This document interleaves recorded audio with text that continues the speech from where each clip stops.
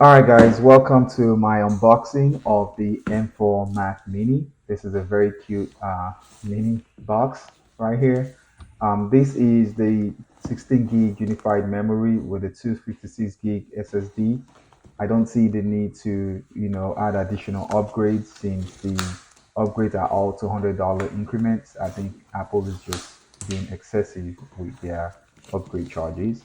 But let's go ahead and open this box and see what it really looks like.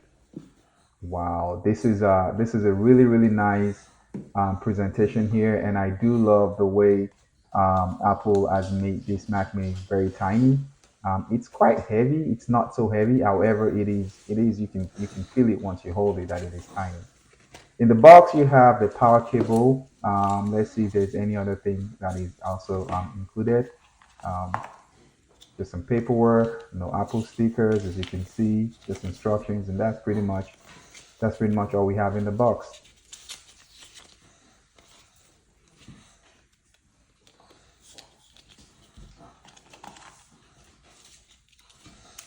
I like what Apple has done with the power cable here.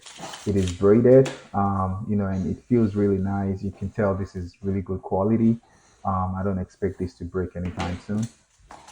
There's been so much noise about the power button being at the bottom, and I don't like it. I've heard a lot of YouTubers say, "Oh yeah, it's okay." No, it's not okay. Because for me, I still do power off my Mac every day after use, and so I have to lift it up pretty much to power it back on every time I want to use it. So I don't think it's a good design idea. However, this is Apple and they can get away with whatever it is that they do. So, but here you have it. This is the Mac Mini, and you see the power button right there at the bottom.